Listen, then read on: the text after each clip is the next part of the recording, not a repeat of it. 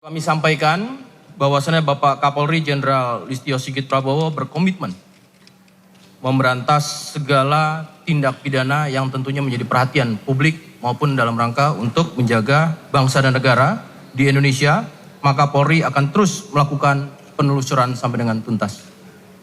Kapolri juga telah memberikan instruksi kepada seluruh jajaran untuk mendukung program Asta Cita Bapak Presiden Republik Indonesia Bapak Prabowo Subianto, serta berbagai program dan kebijakan pemerintah. Maka dari itu, Polri akan bekerja sama dengan stakeholder lainnya dalam mengungkap tindak pidana yang menjadi perhatian saat ini dan tentu untuk menjaga bangsa dan negara. Untuk itu, kami persilakan kepada Bapak Kabar Reskrim, Komisaris Jenderal Polisi Dr. Andes Wahyu Widada, Master of Philosophy untuk memimpin pengungkapan terkait dengan Joint Operation Pengungkapan Jaringan Narkoba Internasional. Kami persilakan kepada Bapak.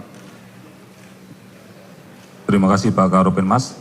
Assalamualaikum warahmatullahi wabarakatuh. Salam sejahtera untuk kita sekalian. Shalom, Om Swastiastu, Namo Buddhaya, Salam Kebajikan. Yang saya hormati, saya banggakan Bapak Kepala Badan Narkotika Nasional, Komisaris Jenderal Polisi Martinus Sukom SK MSI. Yang saya hormati Bapak Kabar Reskrim. Yang saya hormati Deputi Analis dan Pemeriksaan PPATK, Bapak Danang Lihartono, SEMH. Yang saya hormati Direktur Interdiksi Narkotika Ditjen Bea Cukai, Kemenku RI, Bapak Dr. Andes Syarif Hidayat MSc. Yang saya hormati Direktur Tindak Pidana Narkotika dan Zat Adiktif lainnya dari Kejagung RI, Bapak Wahyudi SHMH. Yang saya hormati Direktur Pembinaan Narapidana dan Anak Binaan Ditjen Pas Kementerian Imigrasi dan Pemasyarakatan RI, Bapak RWD Supriyatno, DJIP SHMH. Terima kasih atas kehadirannya Bapak-Bapak sekalian dalam rangka untuk pelaksanaan press release pada sore hari ini. Yang saya hormati pula Kepala KPU Bea Cukai Tipe C Sukarnata, Pak Gatot Sugeng Wibowo. Yang saya hormati perwakilan dari Country Attaché Drug Enforcement Administration, Bapak Mr. Brian Berger. Karopenmas, Pak Kaposko Presisi, Pak Indarto, dan tentunya rekan-rekan media sekalian yang saya cintai dan saya banggakan. Rekan-rekan sekalian, sebelum memulai press release ini, izinkan kami mengucapkan duka cita dan belasungkawa yang sedalam-dalamnya atas wafatnya 3 rekan kita yang kemarin dari kru TV One dalam kecelakaan lalu lintas di Jawa Tengah. Mudah-mudahan teriring doa kita semua, semoga Allah Subhanahu wa Ta'ala memberikan tempat yang terbaik buat beliau-beliau yang gugur dalam melaksanakan tugas. Oleh karena itu, mohon kita semua mengeningkan cipta sejenak, membacakan bagi yang muslim Al-Fatihah buat beliau bertiga. Bismillahirrahmanirrahim. Al-Fatihah.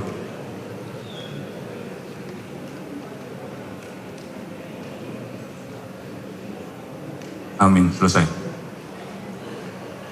Rekan-rekan sekalian, sebagaimana kita pahami bahwa kejahatan peredaran gelap narkoba ini sudah menjadi musuh buat seluruh bangsa di dunia.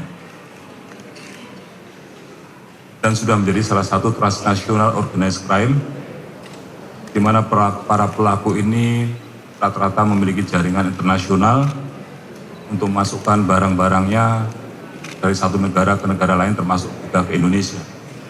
Perang terhadap penyalahgunaan narkoba ini sudah banyak sekali digaungkan oleh beberapa negara termasuk oleh kita, dan tentu kita tidak boleh berhenti dalam mengungkapkan yang ada di depan kita, karena itu harus dilaksanakan secara terus-menerus.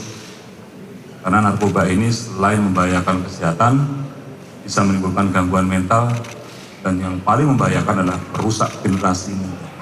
Kita dihadapkan dengan bonus demografi menuju Indonesia Emas tahun 2045. Apabila generasi muda kita ini terpengaruh dengan narkoba, maka akan sangat merugikan buat kita semua. Oleh karena itu, kami semua berkomitmen, masuk juga dari BNN, memiliki komitmen yang kuat. Seluruh jajaran untuk berkolaborasi bersama-sama memerangi peredaran gelap narkoba ini. Dari data global, penyalahgunaan narkoba ini mencapai angka yang besar, 296 juta jiwa, mewakili 5,8% dari populasi dunia. Sedangkan untuk di Indonesia sendiri, data prevalensi narkoba di Indonesia mencapai angka 3,3 juta atau sekitar 1,3% dari jumlah penduduk. Dari 350.000 Indonesia warga negaranya usia produktif antara 15 sampai 20 tahun. Mereka adalah orang-orang yang rentan dan harus kita lindungi. Bagaimana kita bisa menciptakan environment yang baik untuk tumbuh dan berkembangnya anak-anak ini sehingga nanti memiliki kompetensi ke depan untuk menjadi tulang punggung, untuk menjadi penjuru bagi kemajuan Republik Indonesia di masa yang akan datang. Oleh karena itu, kita harus bersama-sama bisa memberantas narkoba ini dengan sampai ke akar-akarnya. Rekan-rekan sekalian, bahwa untuk memberantas narkoba sudah disampaikan. Bahkan Pak Kepala BNN sudah menyampaikan, Bapak Presiden ke-7 Republik Indonesia Pak Jokowi Widodo juga menyampaikan bahwa Indonesia sudah mengalami darurat narkoba. Selanjutnya, Bapak Presiden Republik Indonesia Pak Jenderal TNI Purnawirawan Prabowo Subianto telah menegaskan bahwa penegakan hukumnya dan intelijensi yang baik, bukti-bukti yang kuat, Indonesia bisa segera memitigasi permasalahan. Narkoba menjadi salah satu concern dari beliau, Bapak Presiden kita, di mana masuk dalam salah satu cita-cita, asta-cita yang menuju yang itu memperkuat reformasi politik, hukum dan birokrasi, serta memperkuat pencegahan dan pemberantasan korupsi, narkoba, judi dan penyelundupan. Karena itu, beliau juga menekankan pada sasaran prioritas 4 program pemerintah Republik Indonesia pencegahan dalam pencegahan dan pemberantasan narkoba bahwa pemerintah harus maksimal mungkin menutup semua celah yang memungkinkan terjadinya penyelundupan. Dan tentu ini kami tidak lanjuti dan sudah menjadi atensi dari Bapak Kapolri, Bapak Jenderal Polisi Andes Listio Sigit Prabowo, bahwa kita harus terus berperan dan menuntaskan masalah penanganan narkoba dari semua lini, baik dari hulu maupun sampai dengan hilir. Pemberantasan harus dilakukan secara terus-menerus, tidak hanya melalui upaya penegakan hukum, tapi juga melalui sisi mengurangi demand, sehingga pemberantasan narkoba dapat dilaksanakan secara komprehensif. Kemudian menindaklanjuti menjadi perintah dari Pak Kapolri dan sudah menjadi atensi concern dari Bapak Presiden selama 2 bulan ini, Baris Krim Polri bersama-sama dengan instansi terkait melaksanakan joint operation baik dengan Kejaksaan Agung, dengan BNN, Dijen Pemasyarakatan, Dijen Bea Cukai, PPATK, dan juga dengan DIE telah melakukan penangkapan sebanyak 80 perkara yang diantaranya merupakan 3 diantaranya merupakan jaringan internasional. Adapun 3 jaringan narkoba yang diungkap tersebut, pertama adalah jaringan FB, kita tahu bersama, memang ini masih menjadi PR kami, karena yang bersangkutan masih ada di negara lain, terus kita upayakan bersama dengan Binter untuk bisa melaksanakan pengulangan. Sampai sekarang masih terus dalam upaya kita. Jalan FB yang beroperasi pada 14 provinsi, yaitu di Sumatera Utara, Riau, Lampung, Banten, DKI Jakarta, Jawa Barat, Jawa Tengah, Jawa Timur, Yogyakarta, Kalimantan Barat, Kalimantan Tengah, Kalimantan Selatan, Sulawesi Selatan, dan Sulawesi Tenggara. Kemudian jaringan HS yang beroperasi pada 5 provinsi, wilayah Kalimantan Utara, Kalimantan Timur, Kalimantan Selatan, Jawa Timur, dan Bali. Kemudian jaringan H yang dikendalikan oleh 3 bersaudara, yaitu HDK, IS alias T, dan TM alias AK yang beroperasi di Provinsi Jambi. Dari 80 perkara yang sudah diungkap tersebut, jumlah tersangka yang berhasil diamankan dalam joint operation ini adalah sebanyak 136 orang tersangka dengan barang bukti yang berhasil diamankan. Yang pertama, sabu sebanyak 1,07 ton, tepatnya 1071,56 kg.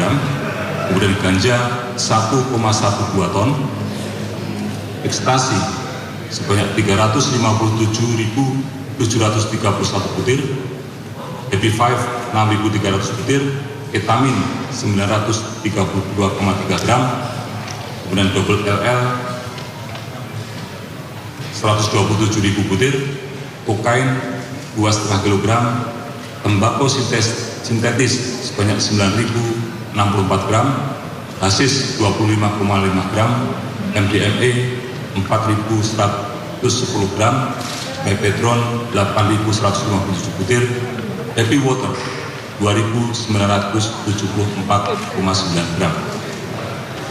Kalau kita konversikan dari total barang bukti narkoba yang berhasil diamankan tersebut, konversikan dengan berapa banyak kita bisa menyelamatkan masyarakat dari penyalahgunaan narkoba, bisa dihitung sejumlah 6.261.329 jiwa yang bisa kita selamatkan.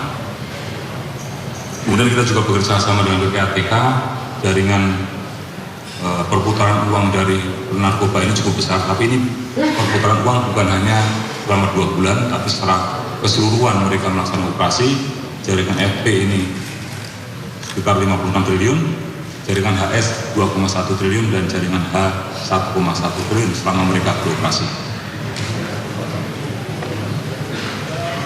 Dan untuk memberikan efek jerah, seperti yang sering saya sampaikan, upaya kita salah satunya adalah melaksanakan TPPU, melakukan aset tracing dan penyitaan terhadap aset-aset yang diperoleh dari perdagangan gelap narkoba.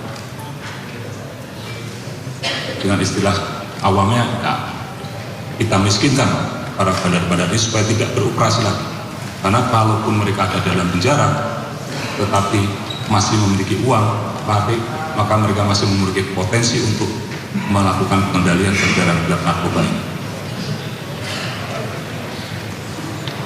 Total nilai aset yang berhasil disita dari 3 jaringan yang disebutkan di atas sejumlah 869,7 miliar rupiah dari aset-aset yang kita sita, jumlahnya 869,7 miliar rupiah. Kemudian terhadap para tersangka tersebut diduga melanggar pasal 114 ayat 2, subsidi pasal 112 ayat 2, untuk pasal 132 ayat 2 Undang-Undang 35 tahun 2009 tentang narkotika dengan ancaman pidana hukuman pidana mati, pidana penjara seumur hidup, atau pidana penjara paling singkat 6 tahun dan paling lama 20 tahun. Dan pasal 3 untuk pasal 10, pasal 4 untuk pasal 10, pasal 5 untuk pasal 10 Undang-Undang nomor 8 tahun 2010 tentang pencegahan dan pemberantasan TPPU, dan pasal 137 huruf A dan B Undang-Undang 35 tahun 2009 tentang narkotika. Dan pelaku aktif ancaman hukuman pidana penjara paling singkat 5 tahun dan paling lama 15 tahun. Dan kesempatan ini juga kami mengucapkan terima kasih dan apresiasi kepada seluruh pihak yang telah bekerja keras, berkolaborasi bersama-sama melaksanakan joint operation sehingga pengungkapan jaringan narkoba internasional dapat berjalan dengan baik. Rekan-rekan sekalian, ini menunjukkan apa kita sampaikan di depan kita ini, kita menunjukkan bahwa inilah komitmen kita tidak pandang bulu dan selalu bekerja sama dalam penanganan dan pemberantasan narkoba. Komitmen Polri jelas, dari Pak Kapolri sudah jelas, agar melakukan tindakan tegas terhadap segala bentuk peredaran dan penyalahgunaan narkoba. Dan jika ditemukan oknum yang terlibat dalam bentuk kegiatan ilegal ini, maka akan diproses. Jangan ragu, kita juga akan melaksanakan proses hukum terhadap siapapun yang terlibat dalam peredaran narkoba ini. Selanjutnya juga karena dari Bapak Kapolri terkait dengan upaya ini, kalau penegakan hukumnya nanti juga menjadi target kita adalah adanya kampung-kampung narkoba di beberapa tempat. Ini akan menjadi target dalam upaya pencegahan untuk berkolaborasi dengan kementerian, lembaga yang lain, termasuk dengan rekan-rekan dari BNN tentunya, untuk mengubah kampung-kampung yang menjadi tempat peredaran gelap narkoba ini menjadi kampung yang bebas narkoba. Kalau BNN mungkin ada dulu kampung bersinar, kita nanti juga apa, tapi istilah tidak penting, yang penting daerah itu bebas dari itu. sehingga memiliki daya tangkap dan daya cegah kepada terhadap peredaran narkoba. Rekan-rekan, terima kasih. Itu yang ingin saya sampaikan bahwa ini adalah komitmen dan upaya kami Kepolisian Negara Republik Indonesia beserta seluruh stakeholder terkait untuk memerangi dan memberantas peredaran narkoba. Kami himbau kepada masyarakat yang memiliki informasi, silakan berikan informasi kepada kami, tentu akan kami tidak lanjut. Jadi yang ingin saya sampaikan, terima kasih. Assalamualaikum warahmatullahi wabarakatuh. Om Santi Santi Santi. Waalaikumsalam warahmatullahi wabarakatuh. Terima kasih kepada yang terhormat Bapak Kabar Eskrim Polri. Rekan-rekan media, saya kasihkan satu sesi untuk 3 penanya. Silakan untuk disiapkan mic-nya dan ditanyakan pada konteks proses press conference saat ini. Sebelah kiri saya ada Pak Taufik. Halo, saya Taufik dari CNN. Mau bertanya, ada tiga tokoh. Yang pertama kan tadi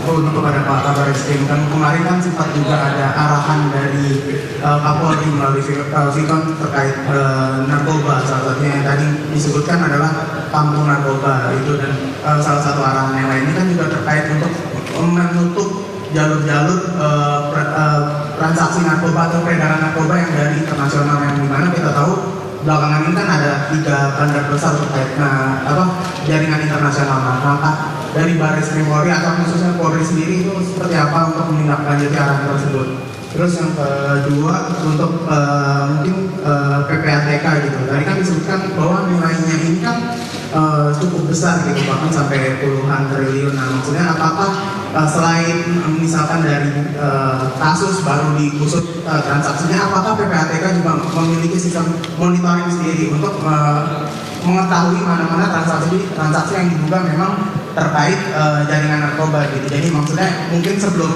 jaringannya terungkap dulu, tapi sudah bisa terdeteksi dulu dari aliran transaksi dananya. Terus mungkin yang ketiga kepada kepala BNN gitu kan, kita tahu juga kan tadi kan disebut bahwa ini memang cukup besar dan banyak jumlah jiwa yang terselamatkan, tapi yang saat ini juga kan masih banyak pengguna narkotika gitu di masyarakat. Sementara penanganan ini seperti apa? Apakah memang sudah mencukupi dari segi misalkan rehabilitasi atau seperti apa? Terima kasih. Satu dulu ya, karena ada 3 persoalan yang ditanyakan. Kepada Bapak Kabar Eskrim kami persilakan. Terima kasih Mas Taufik. Memang kepada Bapak Kapolri sudah dengan tegas menyampaikan 2 hal. Yang pertama untuk menutup jalur-jalur masuk, dan yang kedua untuk merubah kampung-kampung narkoba ini menjadi kampung yang bebas narkoba. Tentu ini kita melakukan identifikasi. Dan pintu-pintunya masuk sebagian besar kita sudah bisa mengidentifikasi jalur masuk, baik jalur laut maupun jalur darat. Tetapi menutup jalur laut dan jalur darat ini bukan perkara yang mudah. Laut kita luas sekali, panjang sekali. Yang penting kita tahu jalur-jalurnya dan kita terus melakukan upaya-upaya untuk bisa mengurangi. Salah satunya adalah bekerja sama, kolaborasi. Kita bekerja sama dengan teman-teman BC. Kita kadang-kadang kita menggunakan kapalnya BC. Kita bekerja sama dengan teman-teman dari Baharkam yang memiliki polisi perairan dan udara, dan juga bekerja sama dengan Polda-Polda. Yang pasti kita sudah menyiapkan, meminta untuk para direktur narkoba masing-masing, khususnya di Polda-Polda yang memiliki perbatasan dengan laut maupun perbatasan darat dengan negara lain, untuk lebih aktif lagi, lebih giat lagi. Kita tidak mengejar kuantitas sehingga nanti yang dikejar pemakai pun nanti dikejar, tetapi yang kita kejar adalah kualitas. Dan yang kedua, kita kejar adalah jaringannya. Ketika kita bisa mengungkap satu kasus, yang harus kita bongkar, untuk kan ada jaringannya. Kalau hanya nangkap 1 orang terus diselesaikan, hanya di penjara 1 orang itu nggak akan selesai. Dan yang kita bongkar adalah jaringan. Termasuk terkait dengan kampung-kampung narkoba, ya kita pasti sudah memiliki gambaran, tapi nanti secara teknis ini kita kerjakan dalam 100 hari program Polri untuk bisa merubah kampung ini bersama dengan teman-teman dari BNN. Pasti akan kita tindak. Terima kasih Mas Taufik. Terus selanjutnya dari PPATK.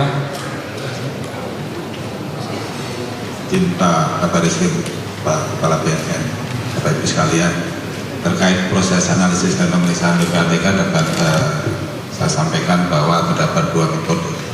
Jadi yang pertama adalah reaktif apabila penyidik hukum mempunyai kasus dan mendapatkan gambaran lengkap mengenai pola transaksinya dapat menyampaikan permintaan data ke PPATK. Namun kami juga melakukan analisis dan pemeriksaan secara proaktif. Jadi apabila kami berdasarkan refleks transaksi yang ada di perbankan dan penyedia jasa keuangan lainnya terdapat indikasi tindak pidana narkotika, maka akan kami analisis dan kami sampaikan kepada Polri ataupun BNN.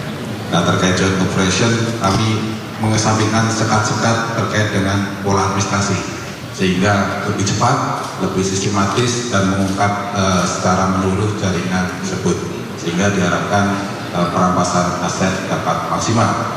Hal ini dikarenakan pola perubahan transaksi bandar narkotika ini menggunakan modus-modus yang tersedia di penyedia jasa keuangan yang relatif baru. Misalnya tren baru adalah penggunaan aset kripto.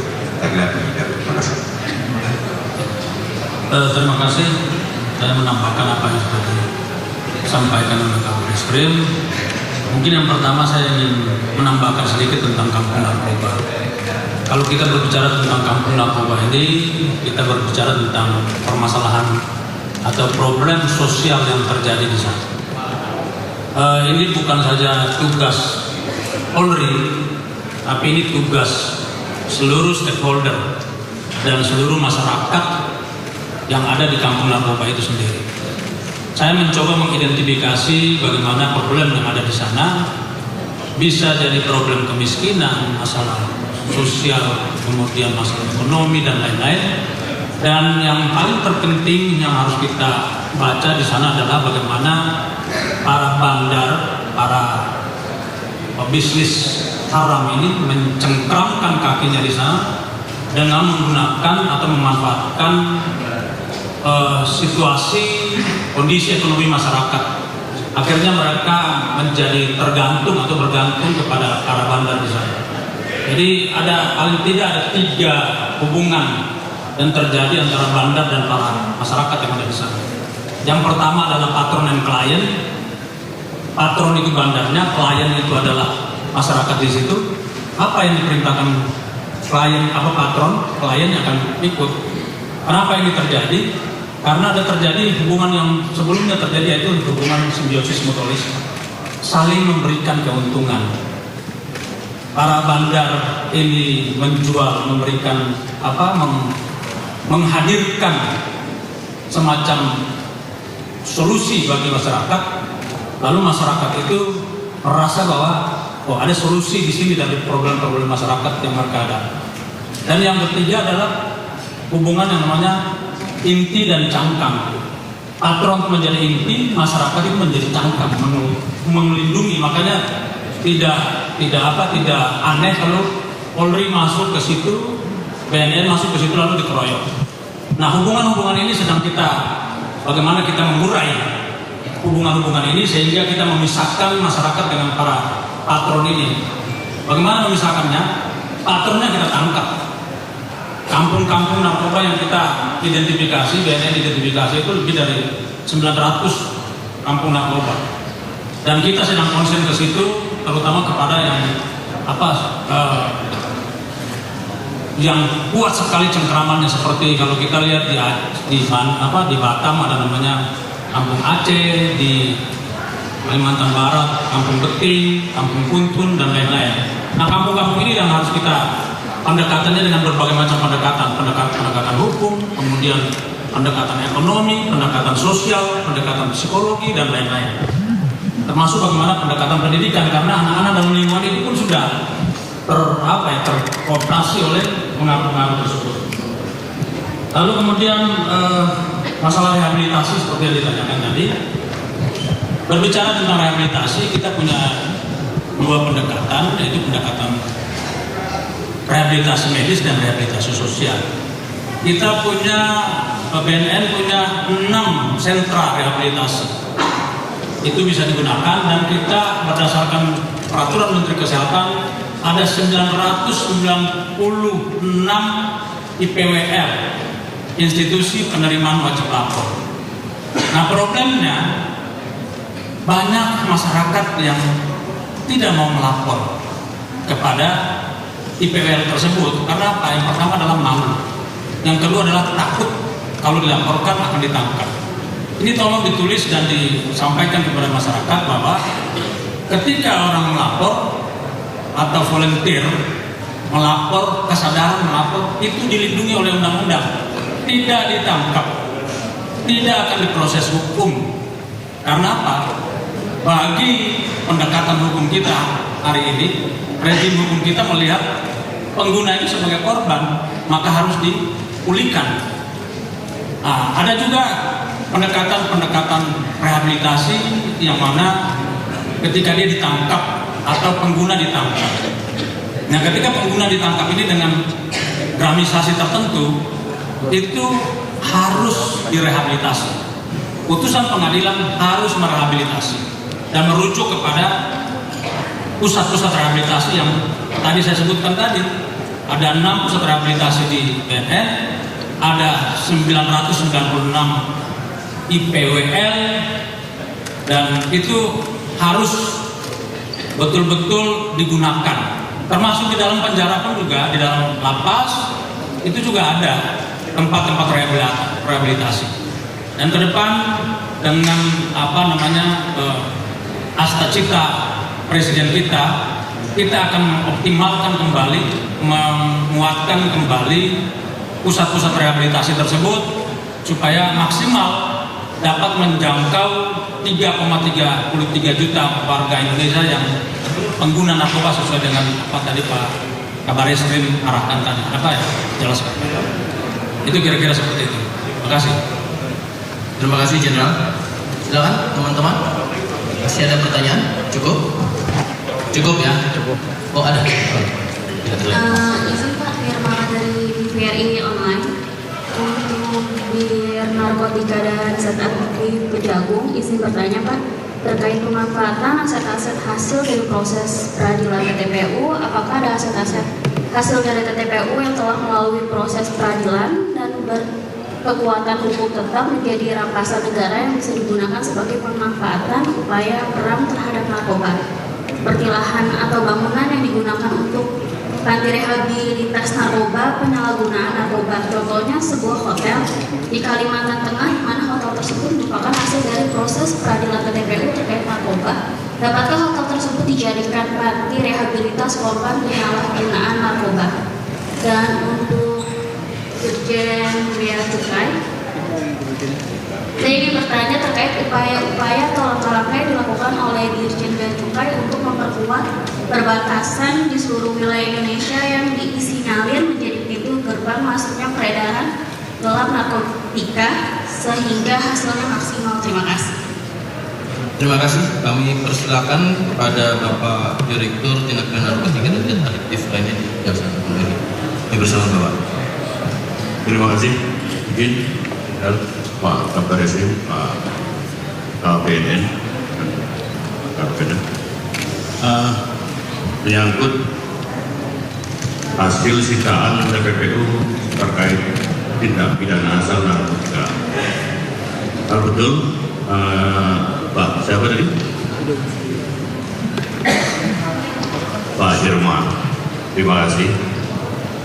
Terkait sita hasil TPPU tindak pidana asal narkotika dengan beberapa aset dan banyak sekarang karena memang teman-teman Bareskrim khususnya Direktorat Narkotika dan juga BNN sekarang sedang menggalakkan TPPU terhadap pelaku-pelaku jaringan narkotika, dan kami yang di ujung di Jaksa Agung yang bertugas untuk menyelesaikan kasus-kasus narkotika tentunya berkomitmen tinggi dan hampir semua terhadap kasus-kasus yang terlibat jaringan provinsi internasional hukumannya maksimal. Silahkan teman-teman dicek. Nah, khusus aset-aset terhadap TPPU tentunya akan kita sita, dan untuk dimanfaatkan untuk negara. Kalau memang nanti ada pihak-pihak tertentu yang membutuhkan aset yang berasal dari TPPU, khususnya narkotika, setelah perkara tersebut ingkrah dan berproses sesuai aturan, bisa itu digunakan untuk hal-hal yang sifatnya untuk kepentingan juga sosial, apalagi untuk kepentingan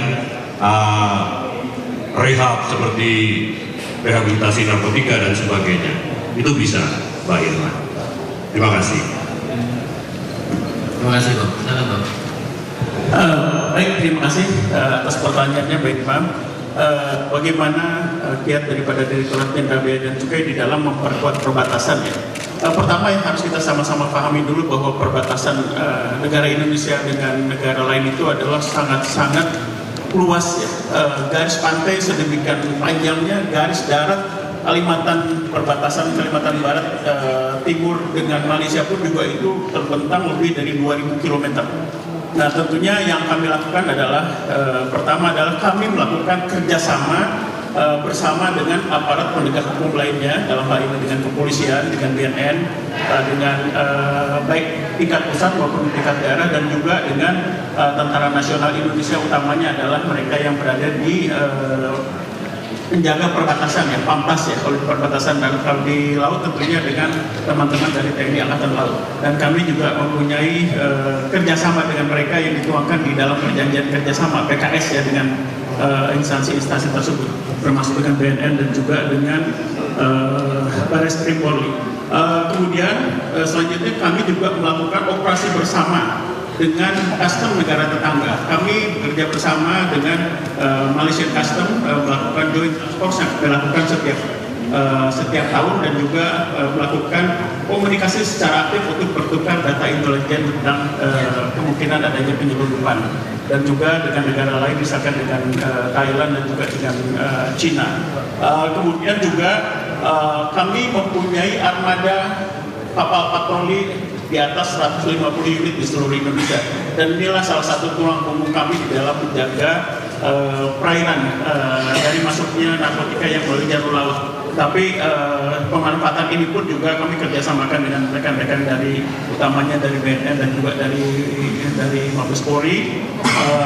Kemudian juga kami bekerja berdasarkan risk management dan analisis resiko ya, karena tidak mungkin kami menjaga perbatasan dengan melakukan patroli seperti lalu lalang begitu saja, tetapi kami betul-betul memanfaatkan informasi dan juga data-data yang kami kumpulkan bertahun-tahun mengenai jaringan daripada narkotika ini. Dan juga demikian di bandara juga kami lakukan hal yang sama.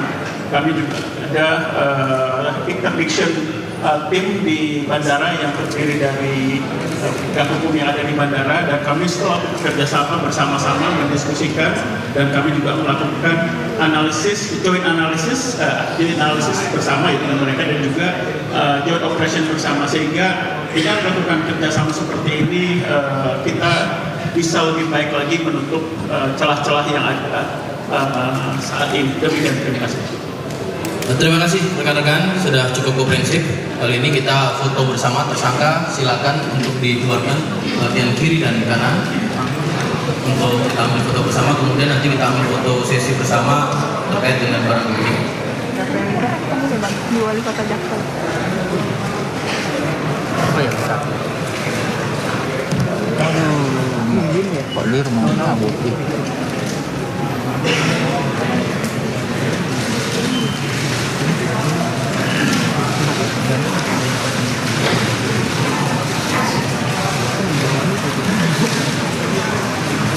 Masker dong. Maskernya nggak dibuka, masker.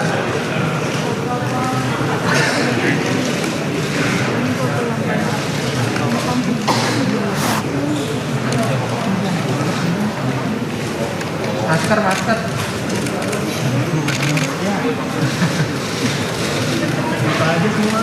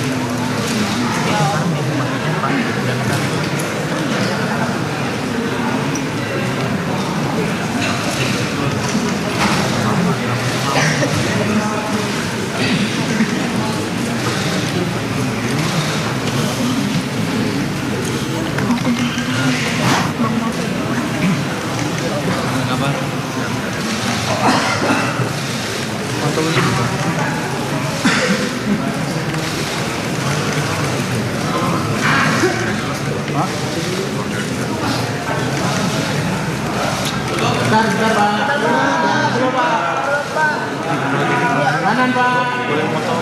Lagi nih Pak. Kiri. Lagi Pak. Itu udah mulai belum? Jelas itu kamera gue jelek.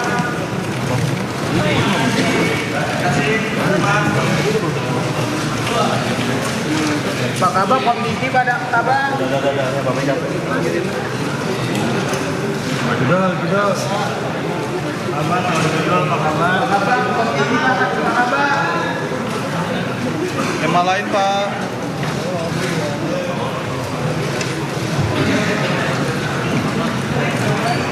Bapak Ibu dan berbahagia demikian tadi telah kita ikuti bersama jalannya konferensi pers hasil joint operation pengungkapan jaringan narkoba internasional periode bulan September sampai dengan Oktober 2024 yang merupakan salah satu implementasi dari program 100 hari Pasca Cita Presiden Republik Indonesia. Kami mengucapkan terima kasih atas kehadiran Kabar Reskrim Polri, Kepala BNI, beserta Bapak Ibu hadirin tamu undangan lainnya. Kami mengucapkan terima kasih atas kehadirannya serta kepada rekan-rekan dari media yang telah berkenan